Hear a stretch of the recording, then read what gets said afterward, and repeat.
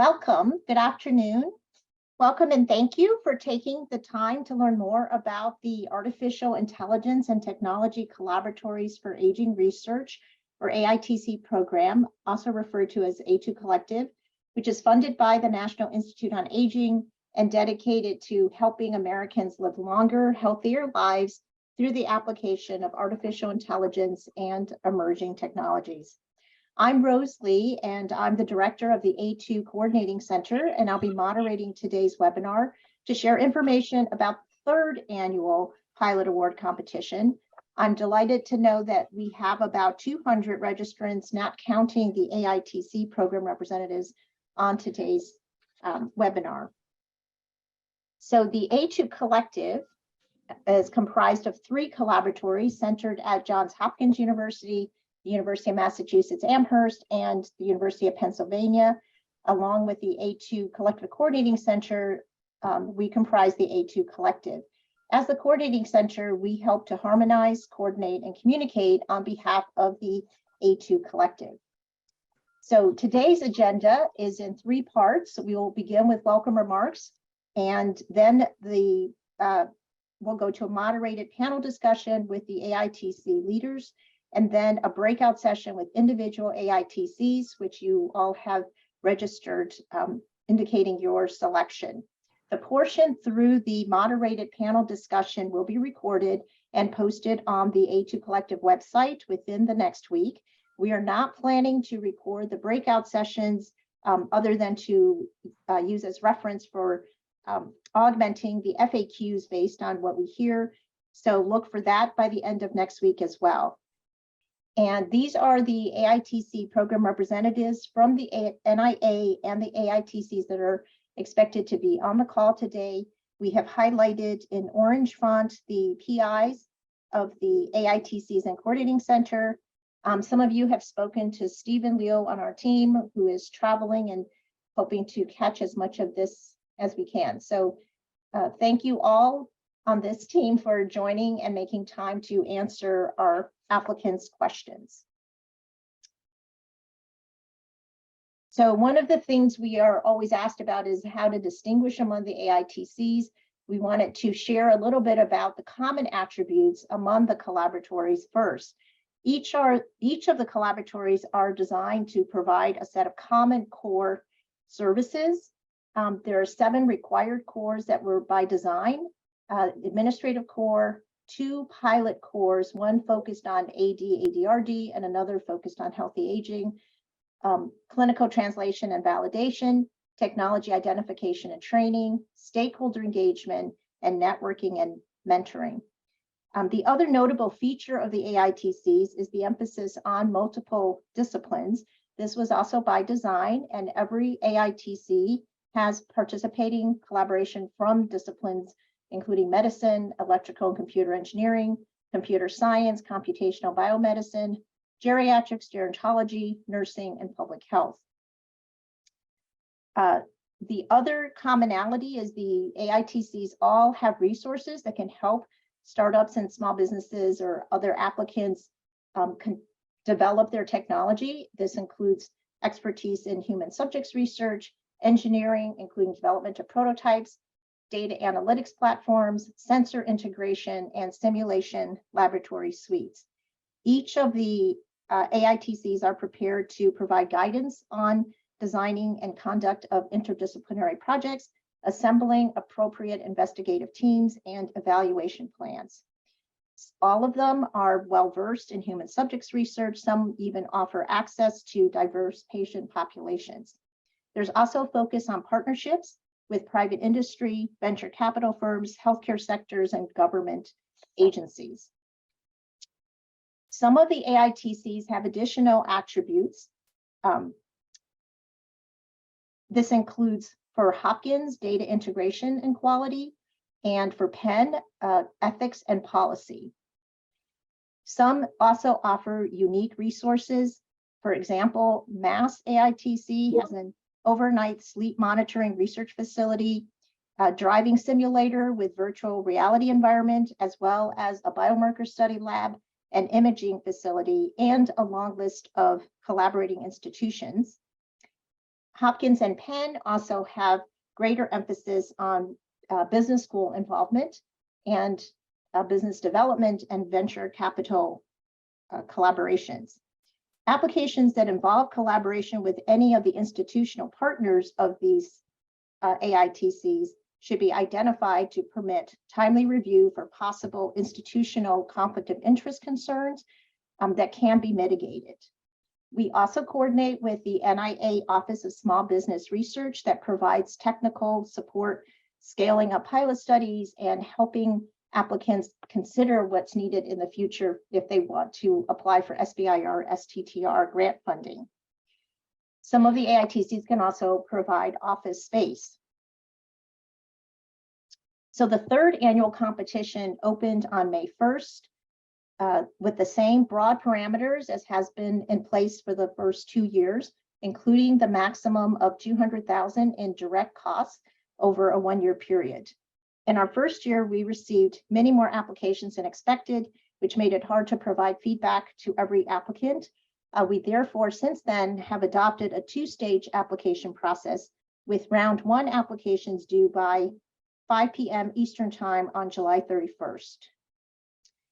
This year is expected to see an increased emphasis on novel technology development. Foreign entities are not eligible to apply, but foreign components are allowed, but will require NIH foreign clearance. We wanted to note that because that question has come up. Okay, in terms of evaluation criteria, there are essentially 6 components that are being reviewed, and evaluators are asked to provide an overall score. It is up to the AITCs to evaluate the applications that are directed to them as they figure out which ones they will prioritize for funding. We wanted to point out some of the key competition resources. Everything is on our website, a2pilotawards.ai. Among the key things to point out is the application information. The key dates are listed. The applicant resources are included, including PDFs of the round 1 and round 2 application. So you don't have to scroll through the whole application process, but it's all in one place so you can anticipate and plan. There are also templates and examples of NIH biosketches and budget forms and data sharing plan. All of these things are as PDF documents that you can download and review. We also have a compendium of frequently asked questions that have been assembled over the last 2 competitions. And again, we'll be listening intently during the breakout session for any other questions that can be added with the answers. Okay, we wanted to give you a sense of what has come in so far. This is not an indication necessarily of what will happen in the future, but people are curious. So looking at the pie charts, those are based on the applications that have come in the first 2 years. So you see about a third focus on ADRD problems, about a third focus on healthy aging, and about a third kind of both of them combined. In terms of type of applicant, a little more than half are non-academic applicants, so small businesses, startups, and a little bit less than half are coming from academic applicants, which can be other universities that have ideas to submit. And the bar charts show awarded projects. There have been so far to date 56 awards that have been made over the last 2 years. The top bar chart shows the stage of development. As you can see, the majority, or about 50% of the projects, involve testing of a prototype in real world conditions. 35% involved in initial prototype development and beta testing, and we get far fewer of the technology concept or discovery and commercial deployment or scaling in terms of the types of awards funded. For the bottom half of the bar charts, that looks at AI and technology approaches. There is possibility of double counting for these because we basically ask the applicant which of these AI approaches or technology approaches does your project involve. So you can see almost half involve machine learning and about 30% involve user-facing software.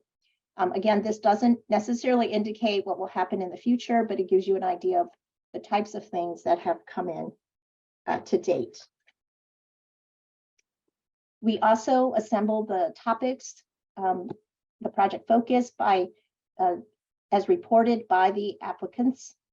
And of the awardees, 22% focus on cognition, and much smaller amounts focus on these other topics. Again, there is potential for double counting. This is, again, an example of what gets funded, but is not necessarily what will happen in the future. Okay, next up is the moderated panel discussion. After the moderated panel discussion, you're free to ask your own questions to the AITC PMs and PIs in the breakout session. After the breakout session, no one needs to come back to the main session. Again, we will be recording through this main moderated session, so no worries if you're trying to take notes. Okay, this is again a reminder of who are the PIs of the participating collaboratories, and the next slide shows who are the PIs that are actually on the call today. And then we will go next to set up prepared questions. And we're going to rotate responses, starting with Hopkins and then Mass and then Penn. So the first question is directed to Hopkins. First, after working with applicants and selecting awardees for the first 2 competition cycles, what advice would you give applicants planning to submit in this 3rd competition year to maximize their chances of success? Okay. Hi, everybody, and my name is Peter Abadir. I am an associate professor of geriatrics medicine and with a 2nd appointment in the School of Engineering. So lessons learned from the first 2 rounds of applications. First is that always look at the structure of the AITC that you're applying to. Look at the different course and think through the slides that Rose just presented, looking at what was funded, areas of interest. Think of the course in terms of what resources from the course you can use to present in your application so that the application becomes a synergized, a collective use of the resources of our AITC. I want to highlight a couple of the courses that are important, including the key stakeholders engagement course. So this is a core that is responsible for collecting opinions, help with survey, help with getting key stakeholders, patient advocacy groups, opinions on the technologies that we are considering. The second thing that I want to say is quickly, each of our applications will be reviewed by a clinician scientist and also an engineer. So it is important for the application to read well to both the engineers and clinician scientists. Not to be shallow on the technology side, because our engineers get really upset when they can't tell what this technology is doing, and also not to be light on the clinical details, characterization of the population, and so on. So that would be my couple of 2 cents from the first rounds of applications. Okay, does someone from Mass want to add to that? Thanks, Rose. Hi, everyone. My name is Nitish Chowdhury. I'm an internist at Brigham and Women's Hospital and a professor at Harvard Medical School. And I'll just point out that the Mass AITC is purposely named. We're a collective of universities around the state that come together, centered at UMass Amherst. I'll also acknowledge my partner in crime, Deepak Ganesan, who is on with us, and several of our other colleagues who will be here to meet with you in the breakout room if you want to join us. So let me begin by saying that we get lots of amazing applications. Rose gave nice data and sort of showing that we can't possibly support everything that we receive. There's all kinds of incredible things. And at some time we have to make difficult choices. So I would sort of first point out that we get more than we can fund. And what we do in our process, all of the ATCs, is select using relatively similar processes and then prioritize and then submit for NIA approval. So there's a filtering process by force, which may speak nothing to the quality of your science, the importance of the topic, or even your credentials as investigators.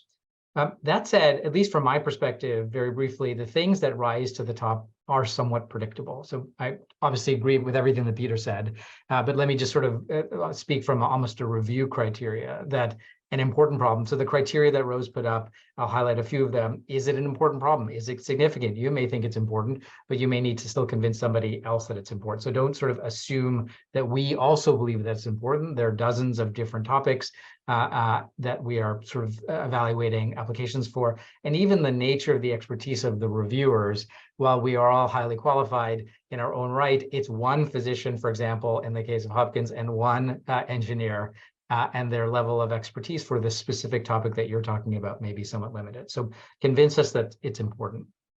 Second, convince us that the approach is reasonable. And I know that this seems like a truism, but it's quite remarkable that, how the data is generated, from whom it is generated, and whether it will be sufficient, especially for AI-based applications. Data from 4 people in general is not enough to build an AI/ML model. And so from that perspective, if this is what you're advocating, then be very clear that why that is sufficient, or how much data you will have, or how it'll be generalizable from the process that you're using. Third is feasibility. So these are short projects, and we'll talk more about this in some of the other questions, but there are hiccups in the process. There's an approval process. This is an NIH publicly funded grant, and so there are controls over what we do for very reasonable reasons. And similarly, there's interactions with human subjects, which we'll talk more about. All of those things take time, yet the grant awards are generally for a year of length. And so if you're proposing something that on its face will take 3 or 4 years, and maybe reasonably slow, but we're giving you a year of funding, that will be a major obstacle. So feasibility is the third criteria.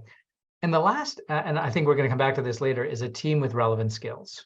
And so, many of you are from companies that are small and scrappy, but nevertheless, you're applying for NIH funding. And so in order to demonstrate that you can actually pull this off, making sure that you have the right people, or requesting help to find the right people, which we're all here to try and do, is a critical part of the application process. So I'll stop there. Okay, George, do you have anything to add from Penn? Sure, I'll be brief. So I'm George Demiris. I'm a faculty at the University of Pennsylvania in School of Nursing, with a joint appointment in biomedical informatics in the School of Medicine, and I'm one of the PIs of Penn AI Tech.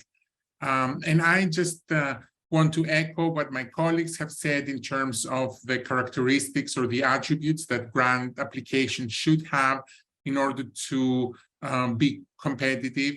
I would also add, as you design your solution or your project for a population, whether it is for older adults in general, or specifically for people with dementia and their family caregivers, to address the end user needs, and if at all possible, reflect their needs and preferences in the design process so that they have an active say, whether it's in the proposal or in terms of how the solutions were conceptualized. I think an additional characteristic that goes along with the innovation and the impact has to do with avoiding overlap with previous work. So, for example, if you have developed a technology that was already tested, let's say with a different population, and now you want to test it with a new group of participants, that does reduce to some extent the innovation of that proposal, because the technology has already been tested and deployed in other settings. So thinking about impact and innovation in terms of new technologies or new solutions, I think will be important. And then finally, as I think my colleagues have mentioned also, you are addressing an interdisciplinary audience. So the reviewers in this process include people with a technical as well as with a clinical background. So when we think about conveying the significance or the innovation of the work, we want to make sure that it is something that addresses the reviewers who come from the geriatrics and gerontology space, but also talk about the technology innovation. and how those two areas come together and what the synergies are, and how those are reflected in the competencies and the expertise that your team is bringing forward. And I think we can provide more examples in the breakout sessions or with follow-up questions. Thank you. Okay, thank you. All three AITCs are world-class research centers with multidisciplinary expertise and varied resources. Given the similarities among the AITCs, how would you recommend applicants determine which AITC to apply to? What are some of the important factors they should consider in making this decision? I know we have some of the RFAs online so people can go look at all of them, but are there things that you might highlight that you think make your AITC special? And let's start with Mass. Thanks, Rose. So let me begin by saying that all of the centers are excellent. I think this is, it's a really a privilege for me to participate with folks from Hopkins and Penn and all the other people around Massachusetts that partner with our center. And so I think one way or the other, a good idea that's proposed to any one of our three centers, if it's really that good and that feasible and that interesting and that innovative, is likely to be prioritized by all of us, is my suspicion. We've never tested that, and there isn't a mechanism to do that, but just on its face, good ideas, we all like good ideas. What I will call out for our AITC, which is perhaps slightly different than the others, is that we have a slightly narrower focus. Then this doesn't mean that the others wouldn't also be interested in what we're funding, but we hone in on AI and wearable tech that is designed to help people age successfully at home or care for persons living with ADRD in their home-based settings. And so here the application, we will often filter out stuff that is, for example, very meant for clinical settings, as in to improve workflow or to engage with patients in that context that doesn't have a natural adaptation or application to the home-based setting. This, of course, doesn't mean that there may not be preliminary testing in very specific environments, for example, assisted living facilities, just because of practicality. But what we'd like to see with everything that we're funding is that you could imagine this being a home-based technology. And so as you're thinking about which one fits to you, at the very least, what I can offer you is that we are less likely to prioritize from the Mass AIT's perspective stuff that doesn't involve home. I'll stop there. Yeah, let me just add something. My name is Deepak. I'm a professor at UMass Amherst and one of the co-leads of Mass AITC. So I just wanted to say that, in terms of monitoring at the home, we're interested in longitudinal monitoring as well, things that would involve monitoring over a long period, several years, maybe even decades, like technologies. How would you monitor not just episodically one time, but really longitudinally and thinking through the challenges from that perspective. And I would also encourage all the applicants to look at what we've funded so far. That would give you a very good indication of what the different centers are interested in. The first year of cohort that we funded is all online, and I think the second year's cohort will be available online in maybe the next month or so. So please look at that, because that will give you a good idea of the focus areas of the different AITCs. Okay, thank you. George, did you want to speak for Penn? Sure. I would say in terms of identifying which of the centers to apply to, that it is good to familiarize yourselves with the resources that each center has. All three centers have excellent resources and they all do work in that space. So that may be not that easy to navigate, but yet there are distinct characteristics and resources. There could be data sets that perhaps one site has over another, or perhaps when you look at the work that the core leads or the team members in each of the centers are conducting, there could be some synergies that are more appropriate for what you have in mind when you look at all three centers. I think familiarizing yourselves with the material on the website on the three centers' websites as well might be a good strategy. And then ultimately talking to us, you can contact any and all of the AITCs to find out if this would be a better fit for one specific AITC or for another.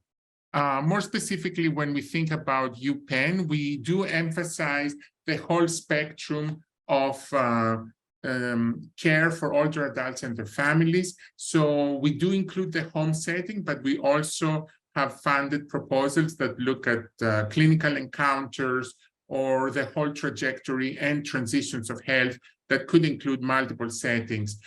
Things that have to do with formal systems of care in the electronic health records, as well as assisted living facilities, nursing homes, home care.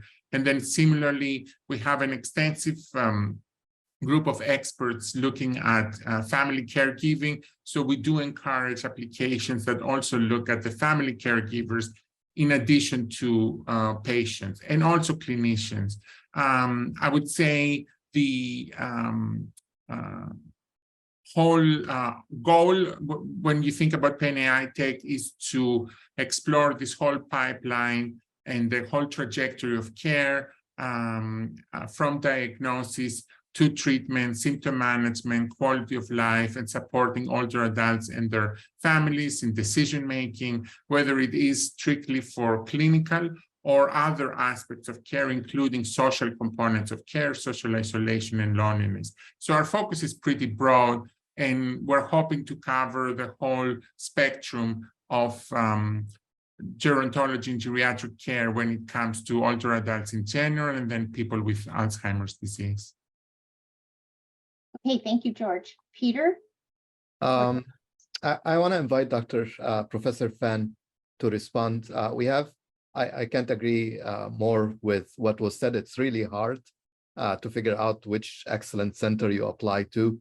And hopefully in the future, we'll have something that's sponsored by all the three centers. But there are unique features that Professor Fan can highlight, Professor Shilapa and Professor Battle. Please chime in. From my perspective, I like strong presence of AI. I've been an AI researcher for 4 decades. So, the definition of AI is very general now. So if I feel it's not very strong in AI, I think I kind of worry about it. But we also have the clinical validation core that Peter and I direct, and stakeholder score and so forth. So I think I like a strong presence of novel AI methods that will be useful in the AITC work. That's what I'm looking at. But we have a balance. We have 2 engineers and 2 physicians. So it finally comes as a proposal that has a good balance between novel technologies and relevance to helping older adults. At the same time, the program office would like to transition something. So it's bit of a challenge, but there are techniques that are novel and which can be translated and which can be effective. And those are the ones that will win with Hopkins.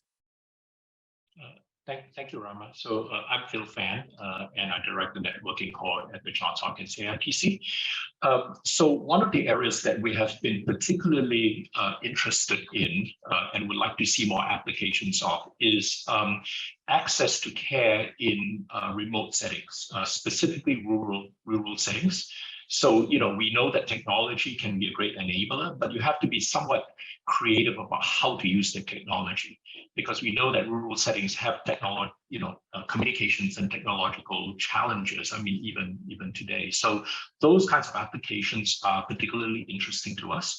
The other thing too is that on our side, we've got 2 cores. So take a look at our website on that. But one of the areas that we have sort of seen a lot of are sort of sensor-based technologies to do, to detect movement. There's a lot of those kinds of applications, and there are different ways of detecting movement, right? Sound, infrared, etc. So in putting a proposal together that has to do with movement, data acquisition and analysis, think about what is unique about your approach. We obviously are more, obviously would be interested in solving the problem, right? Prediction of early onset of Parkinson's, for example. And so there are many ways of doing it. So I think it's important for you to take a look at what your competition is has been doing, what is already out there, and why your particular angle on that approach is more practical, is more cost-effective, is more accessible.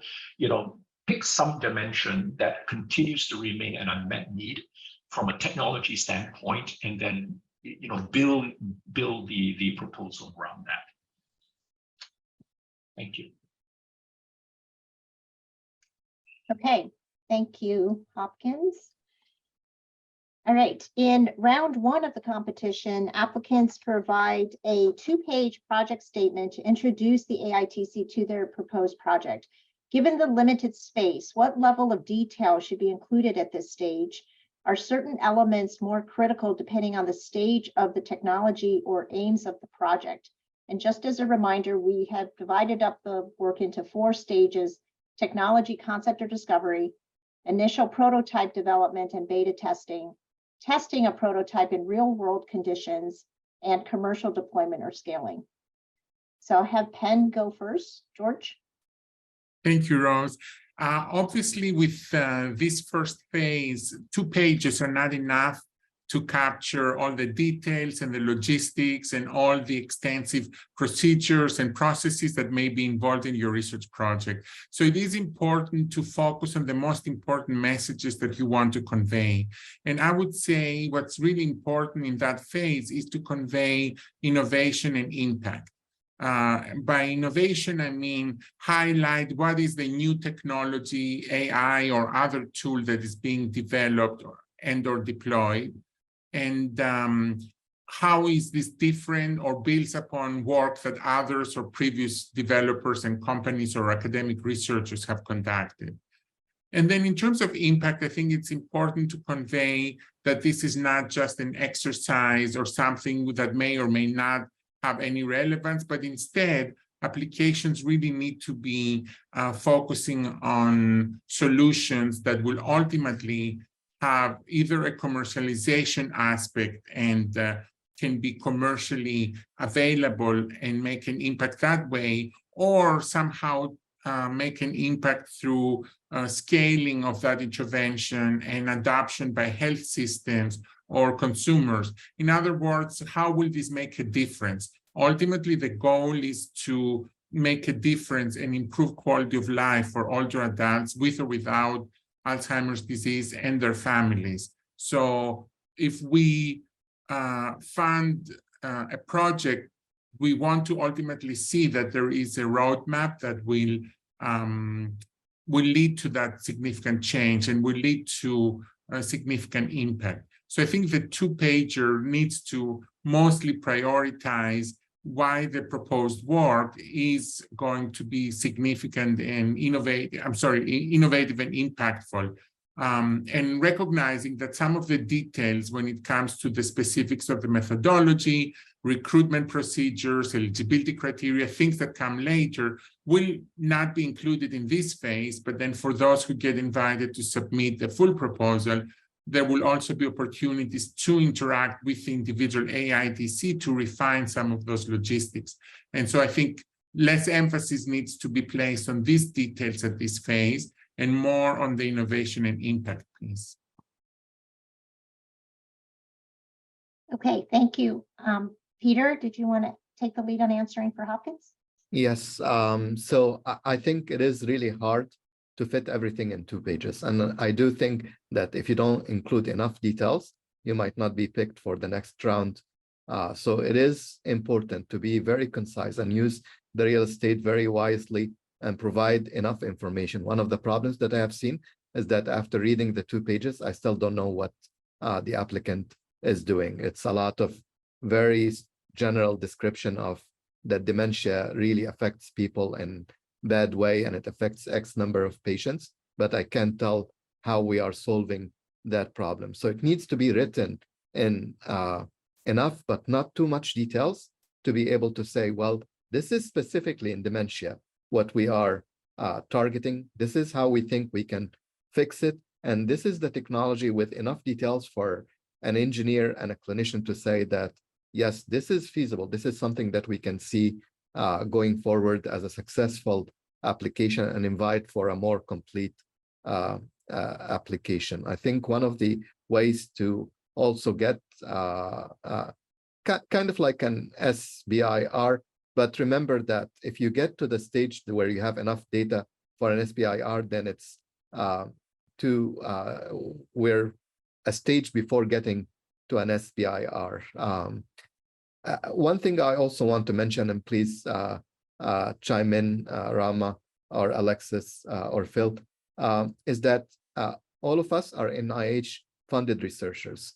So using the language that we are used to read applications with will help us feel and understand what the problem is. So have somebody maybe who is a funded researcher, maybe somebody who has been through some of the NIH applications, read your applications and see if it delivers the message. Okay, anybody from Hopkins want to chime in? Phil? I was going to say, the aims page is what gets you in or out, right, for the most part. So like spend all your time working on the aims page. If the aims page is clear and it's novel from your perspective, and if others that read it, friendly reviewers that read it say, oh yeah, this thing is very compelling, then you're sort of on your way to success. So I'm just putting in the chat, don't worry about trying to convince us that this is an important problem. I mean, aging or ADRD. I mean, we all know that. What aspect of the problem do you think is particularly important that you're trying to solve, and your approach to solving it? I think that's the key. Okay, thank you. Rama, did you have anything else to add before we move to math?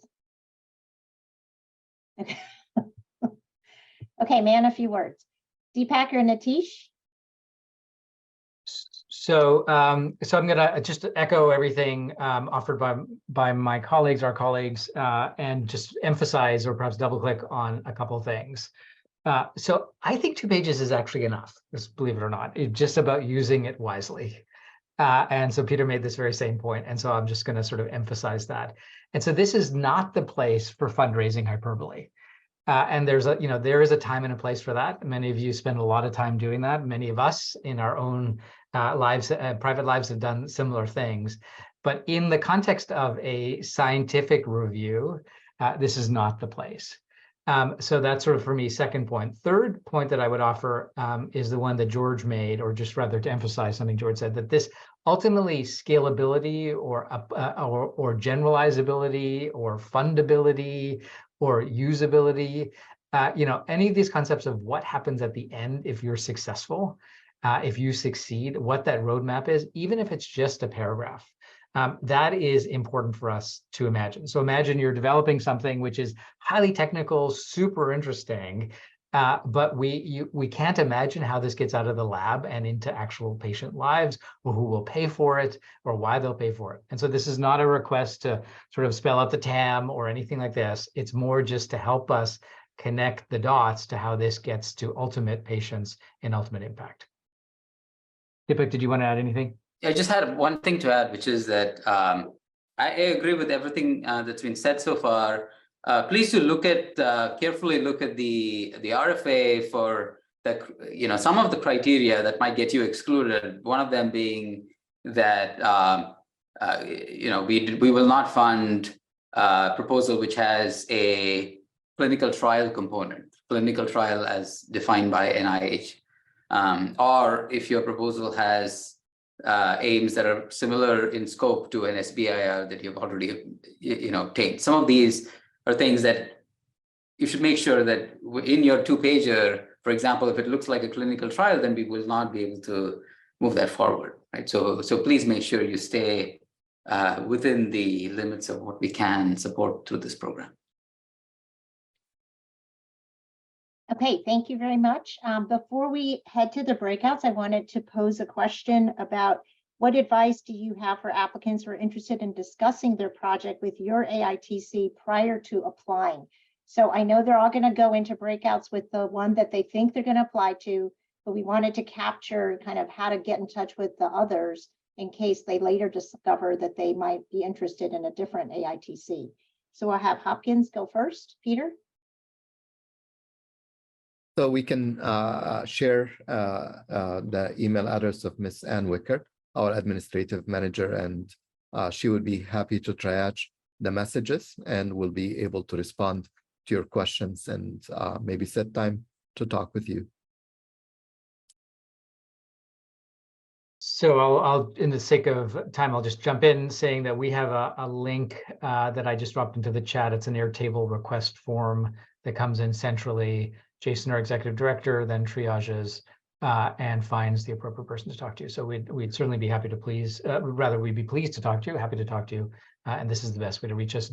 I would suggest not emailing us individually on our sort of work email accounts. Some of us will respond, some of us may not. This is a better approach. Okay, George? Yes, you can email us at penAItech@nursing.upenn.edu, and I just put that in the chat. We will be conducting office hours from July 5th to the 19th. So if you email us, we will make sure to schedule a time to meet with via Zoom with one of our team members, usually more than one of our team members, to discuss your idea. If you just have a quick question and don't really want to participate in an office hour, just send us an email and somebody will get back to you. Okay, thank you very much.